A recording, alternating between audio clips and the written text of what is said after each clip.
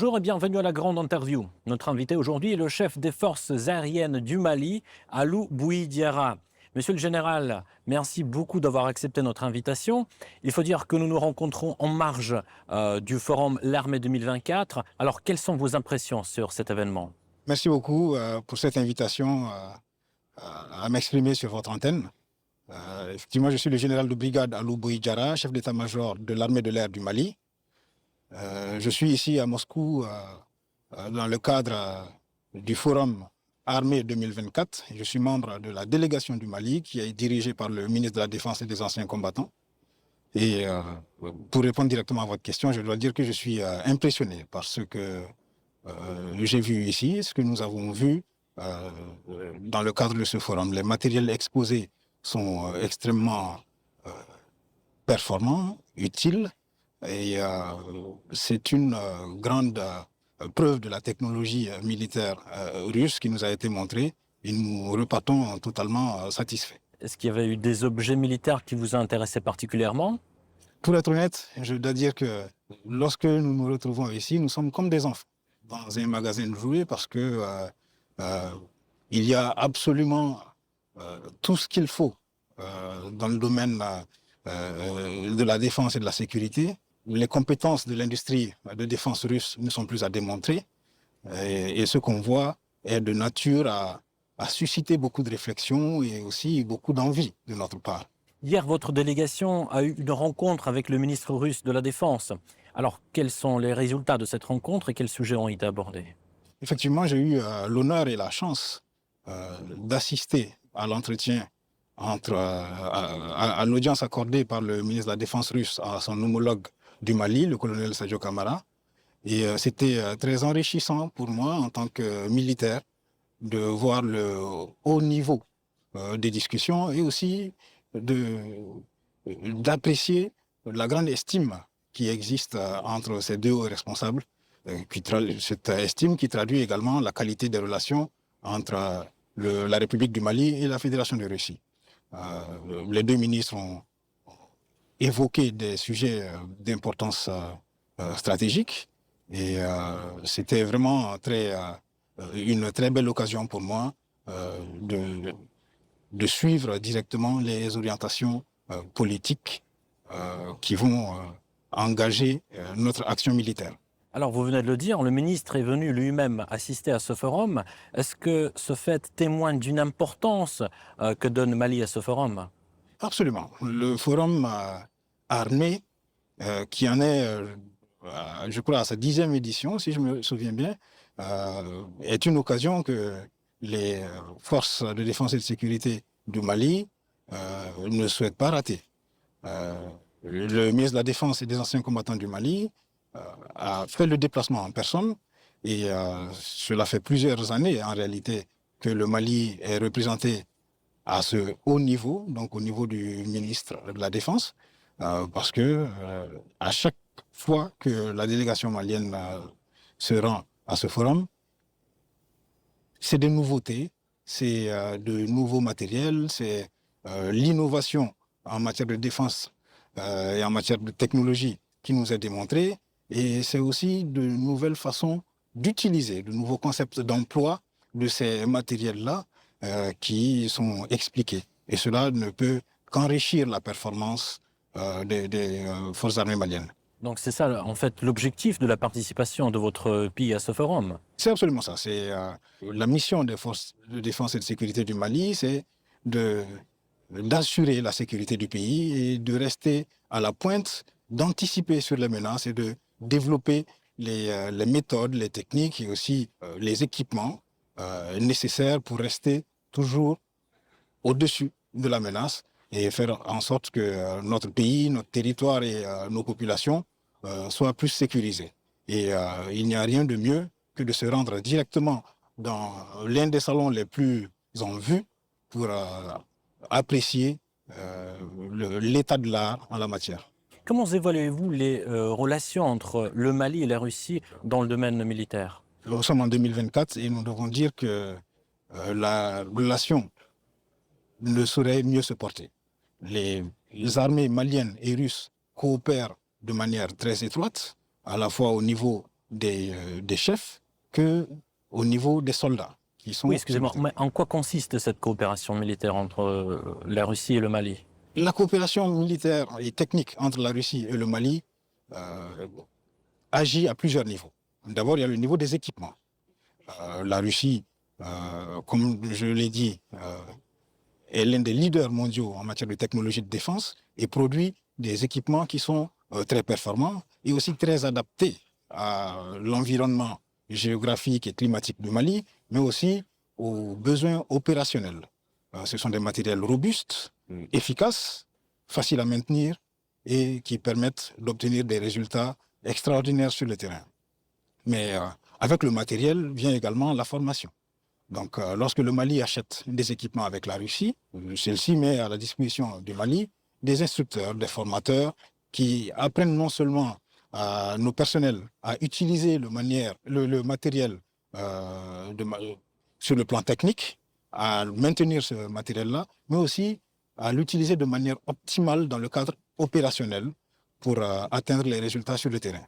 Et cela, en fait, c'est une coopération qui est holistique, qui englobe tous ces aspects-là, dans le développement doctrinal, dans l'emploi du matériel, la maintenance du matériel, les infrastructures d'accueil de ce matériel-là. Et c'est vraiment une coopération très, très complète qui s'est construite d'ailleurs sur le très long terme, puisque ce n'est pas aujourd'hui que cela a commencé.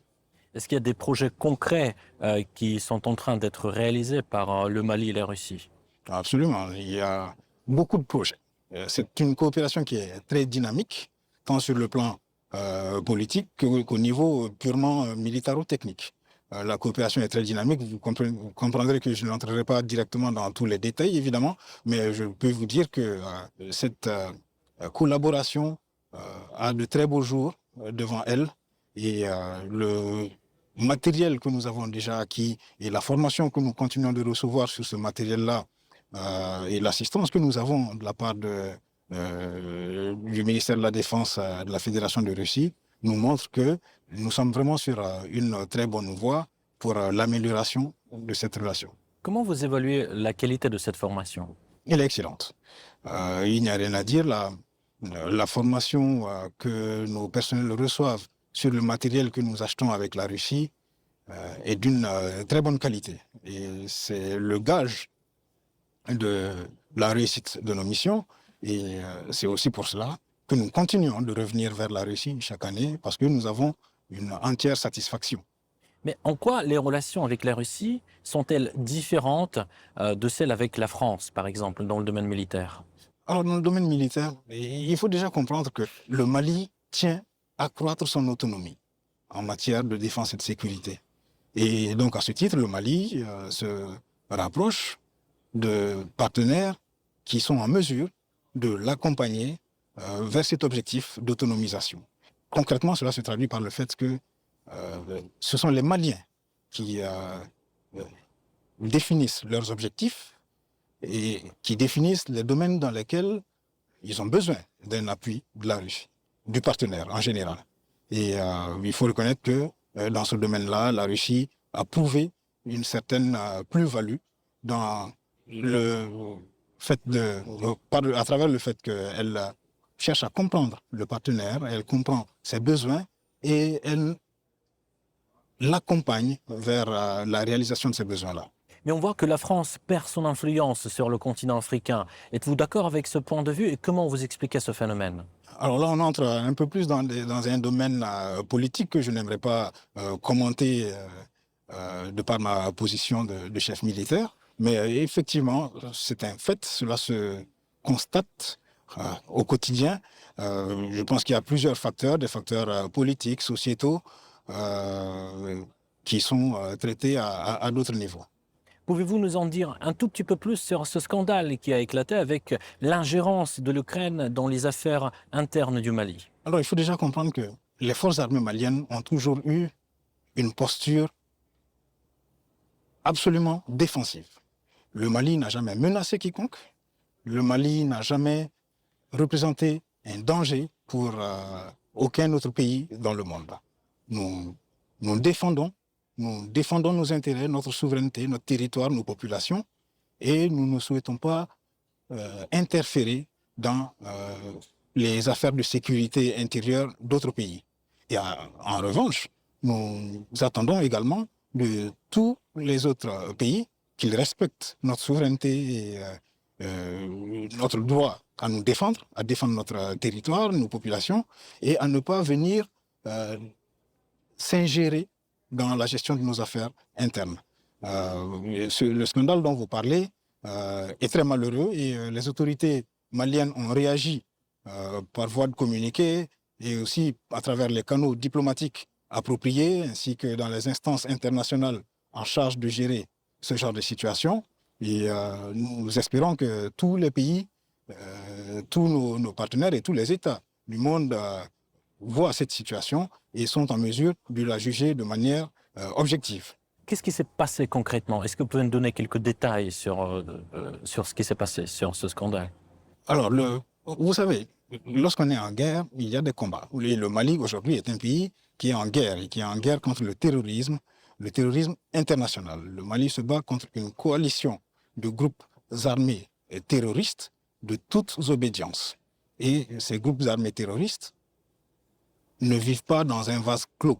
Ces groupes terroristes obtiennent des soutiens à la fois internes au Mali, il faut reconnaître, mais aussi externes, que ce soit des soutiens financiers, logistiques, opérationnels. Et le scandale auquel vous faites allusion, notamment l'embuscade dans laquelle des forces maliennes ont été prises et ont perdu la vie aux environs de la localité de Tinzaouaten au nord du Mali, cet incident a été revendiqué par un État souverain qui a publié dans des médias officiels sa volonté de nuire aux forces armées maliennes et cela a été jugé inacceptable. Mais avez-vous des preuves du soutien du terrorisme par l'Ukraine? Lorsque nous combattons sur le terrain, que nous voyons en face des forces qui visiblement ne sont pas celles que nous avons habituellement en face de nous, nous voyons la différence, premièrement. Et ensuite, lorsqu'il se trouve sur la scène internationale un pays qui affiche de manière ouverte sa participation à ces combats-là, qui a même besoin d'autres preuves, en réalité, que des responsables militaires d'un pays qui revendiquent publiquement leur action dans les combats. Mais selon vous, pourquoi ils font ça? Quel est leur intérêt? Alors, à votre avis? Je pense que cela doit leur être demandé. Mais pour notre part, pour le Mali, nous réitérons notre posture entièrement défensive. Nous n'avons jamais cherché à créer des problèmes dans un autre pays.